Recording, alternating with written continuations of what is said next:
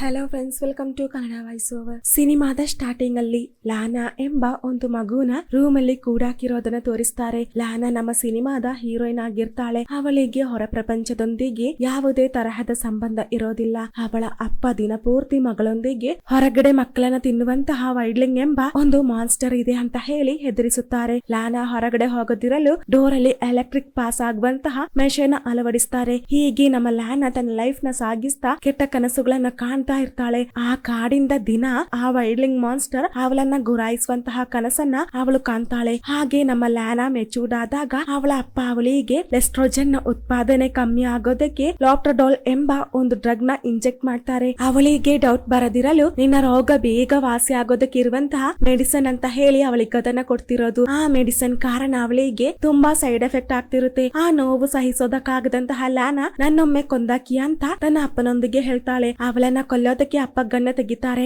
ಆದರೆ ಮಗಳನ್ನ ಕೊಲ್ಲೋದಕ್ಕೆ ಅವರಿಗಾಗದೆ ಸ್ವಯಂ ಶೂಟ್ ಮಾಡಿ ಸೂಸೈಡ್ ಮಾಡ್ಲಿಕ್ಕೆ ಟ್ರೈ ಮಾಡ್ತಾರೆ. ಹಾಗೆ ಸೀನ್ ಕಟ್ ಆಗಿ ಮಾರನೇ ದಿನ ಲಾನಾ ಕಣ್ಣು ಬಿಟ್ಟಾಗ ಅವಳೊಂದು ಹಾಸ್ಪಿಟಲ್ ಅಲ್ಲಿ ಇರ್ತಾಳೆ. ಅವಳ ಮುಂದೆ ಎಲಿನಾ ಎಂಬ ಒಂದು ಪೊಲೀಸ್ ಆಫೀಸರ್ ಇರ್ತಾರೆ. ಡಾಕ್ಟರ್ ಎಲಿನಾನೊಂದಿಗೆ ಲಾನಾಳ ದೇಹದಲ್ಲಿ ಲಾಪ್ಟೋಡಾಲ್ ನ ಅಂಶ ಜಾಸ್ತಿ ಇರುವ ಕಾರಣ ಅವಳ ಬೆಳವಣಿಗೆ ಕಮ್ಮಿ ಆಗ್ತಿದೆ ಅಂತ ಹೇಳ್ತಾರೆ. ಲಾನಾಳ ಅಪ್ಪ ಸತ್ತಿರೋದಿಲ್ಲ, ಆ ವ್ಯಕ್ತಿ ಐಸಿಯು ಇರ್ತಾರೆ. ಎಲಿನಾ ಅವಳನ್ನ ತಾತ್ಕಾಲಿಕವಾಗಿ ತನ್ನ ಮನೆಗೆ ಕರೆದುಕೊಂಡು ಹೋಗೋದಕ್ಕೆ ಡಿಸೈಡ್ ಮಾಡ್ತಾರೆ. ಅವಳ ಮನೆಯಲ್ಲಿ ಎಲಿನಾ ಮತ್ತೆ ಬ್ರೋ ಆದಂತಹ ರೇ ಮಾತ್ರ ಇರೋದು. ಅವರ ಲೈಫ್ ಸ್ಟೈಲ್ ನೊಂದಿಗೆ ಅಡ್ಜಸ್ಟ್ ಆಗೋದಕ್ಕೆ ನಮ್ಮ ಲಾನಾ ಟ್ರೈ ಮಾಡ್ತಾಳೆ. ಹಾಗೆ ಲಾನಾ ಮತ್ತೆ ರೇ ಒಂದೊಳ್ಳೆ ಫ್ರೆಂಡ್ಸ್ ಆಗ್ತಾರೆ. ರೇ ಮುಖಾಂತರ ಹಾರ್ಮೋನ್ಸ್ ನ ಕುರಿತು ಲಾನಾ ತಿಳಿದುಕೊಳ್ತಾಳೆ. ಅವಳಿಗೆ ಪ್ರತ್ಯೇಕವಾದಂತಹ ಕೆಲ ಪವರ್ಸ್ ಇರುತ್ತೆ. ಒಂದು ಸಣ್ಣ ಸೌಂಡ್ ಸಹ ಅವಳಿಂದ ಅಬ್ಸರ್ವ್ ಮಾಡ್ಲಿಕ್ಕೆ ಆಗ್ತಿರುತ್ತೆ. ಅದಲ್ಲದೆ ನಾರ್ಥನ್ ಲೈಟ್ಸ್ ನ ಕುರಿತು ಅವಳಿಗೆ ನೆನಪಾಗ್ತಿರುತ್ತೆ. ಹಾಗೆ ಅವಳನ್ನ ಒಂದು ಲೋಕಲ್ ಸ್ಕೂಲ್ಗೆ ಸೇರಿಸ್ತಾರೆ. ಹಾಗಿರುವಾಗ ಒಂದು ದಿನ ಲೈಬ್ರರಿಗೆ ಹೋಗಿ ನಾರ್ಥನ್ ಲೈಟ್ಸ್ ನ ಕುರಿತು ಇನ್ಫಾರ್ಮೇಶನ್ ನ ರೆಫರ್ ಮಾಡ್ತಾಳೆ. ಅವಳ ಈ ಸೂಪರ್ ಇಯರಿಂಗ್ ಪವರ್ ಕಾರಣ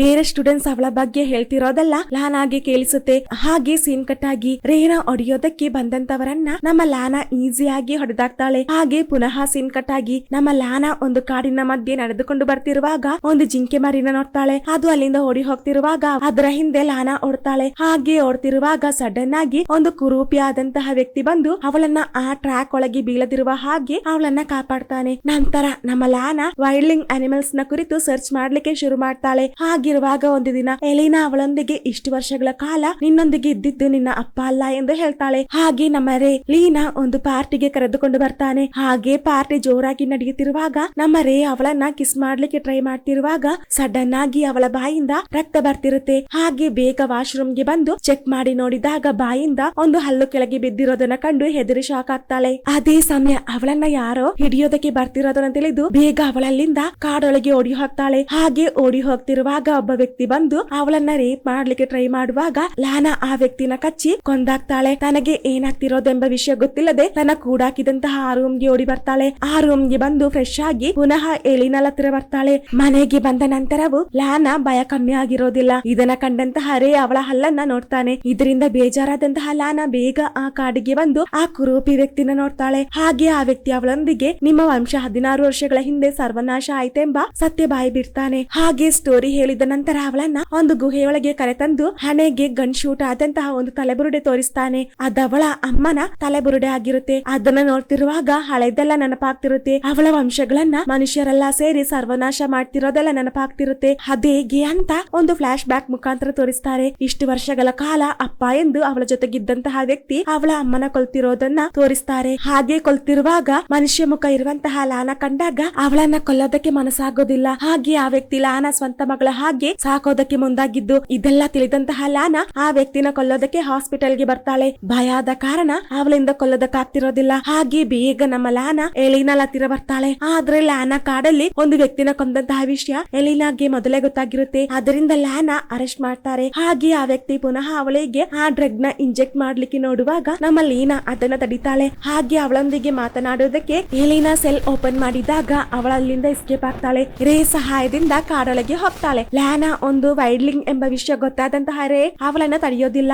ಅವಳಿಗೆ ಬೇಕಾದಂತಹ ಎಲ್ಲಾ ಸಹಾಯ ರೇ ಮಾಡಿಕೊಡ್ತಾನೆ. ಹಾಗೆ ಅವರಿಬ್ಬರು ಸೆಕ್ಸ್ ಮಾಡ್ತಾರೆ. ಹಾಗೆ ಮಾರನೇ ದಿನ ಅವರಿಬ್ಬರನ್ನ ಅಟ್ಯಾಕ್ ಮಾಡ್ಲಿಕ್ಕೆ ಬಂದಂತಹ ಜನರು ರೇಗೆ ಶೂಟ್ ಮಾಡ್ತಾರೆ. ಇದನ್ನ ಕಂಡು ಅವರ ಕೈಯಿಂದ ಎಸ್ಕೇಪ್ ಆಗ್ಲಿಕ್ಕೆ ಒಂದು ದೊಡ್ಡ ರಿವರ್ ಗೆ ಹಾಕ್ತಾರೆ. ತನ್ನೊಂದಿಗೆ ಇರೋದರಿಂದ ರೇಗೆ ಪ್ರಾಣಾಪಾಯ ಉಂಟಾಗುತ್ತೆ ಅಂತ ತಿಳಿದಂತಹ ಲಾನಾ ಅವನಿಂದ ದೂರ ಆಗ್ಲಿಕ್ಕೆ ಮುಂದಾಗ್ತಾಳೆ. ಹಾಗೆ ಬೇಗ ಅವಳಲ್ಲಿಂದ ಓಡಿ ಹೋಗ್ತಾಳೆ. ಹೋಗ್ತಾಳೆ. ಹಾಗೆ ತುಂಬಾ ದಿನಗಳಾಯ್ತು. ಹಾಗಿರುವಾಗ ಒಂದು ದಿನ ಅವಳ ಹತ್ತಿರ ಬಂದಂತಹ ಬೇಟೆಗಾರರಿಗೆ ಅವಳನ್ನ ಕಂಡಾಗ ಶಾಕ್ ಆಗುತ್ತೆ. ಕಾರಣ ನಮ್ಮ ಲಾನಾ ಪೂರ್ಣವಾಗಿ ಒಂದು ವೈಲ್ಡ್ಲಿಂಗ್ ಆಗಿರ್ತಾಳೆ. ಈ ಕಡೆ ನಮ್ಮ ಎಲಿನಾ ಲಾನಾ ಹುಡುಕುತ್ತಾಳೆ. ಎಲಿನಾ ಲಾನಾ ಅವರ ಕೈಯಿಂದ ಕಾಪಾಡ್ತಾಳೆ. ಲಾನಾ ಕಂಡು ಹೆದರಿ ನಮ್ಮ ಎಲಿನಾ ಅವಳನ್ನ ಶೂಟ್ ಮಾಡ್ಲಿಕ್ಕೆ ಮುಂದಾಗ್ತಾಳೆ. ಆದ್ರೆ ಲಾನಾ ಪ್ರೆಗ್ನೆಂಟ್ ಎಂಬ ವಿಷಯ ಗೊತ್ತಾಗಿ ಎಲಿನಾ ಸುಮ್ಮನಾಗ್ತಾಳೆ. ಆ ಕ್ರೂರ ವ್ಯಕ್ತಿಗಳು ಕಾಡಿನ ಸುತ್ತ ಬೆಂಕಿ ಹಾಕ್ತಾರೆ. ಹೇಗೋ ನಮ್ಮ ಲಾನಾ ಅಲ್ಲಿಂದ ಎಸ್ಕೇಪ್ ಆಗಿ ಓಡಿ ಹೋಗ್ತಾಳೆ. ಹಾಗೆ ಓಡಿ ಹೋಗ್ತಿರುವಾಗ ಅವಳ ಅಪ್ಪ ಅವಳನ್ನ ಹಿಡಿದಿಟ್ಟು ಅವಳ ಹೊಟ್ಟೆಯಲ್ಲಿ ಇರುವಂತಹ ಮಗುನ ಕೊಲ್ಲೋದಕ್ಕೆ ಟ್ರೈ ಮಾಡ್ತಿರುವಾಗ ಆ ಕುರೂಪಿ ವ್ಯಕ್ತಿ ಬಂದು ಲಾನಾ ಆ ವ್ಯಕ್ತಿ ಕೈಯಿಂದ ಕಾಪಾಡಿ ಹೊಟ್ಟೆಯಲ್ಲಿರುವಂತಹ ಆ ಗಾಯ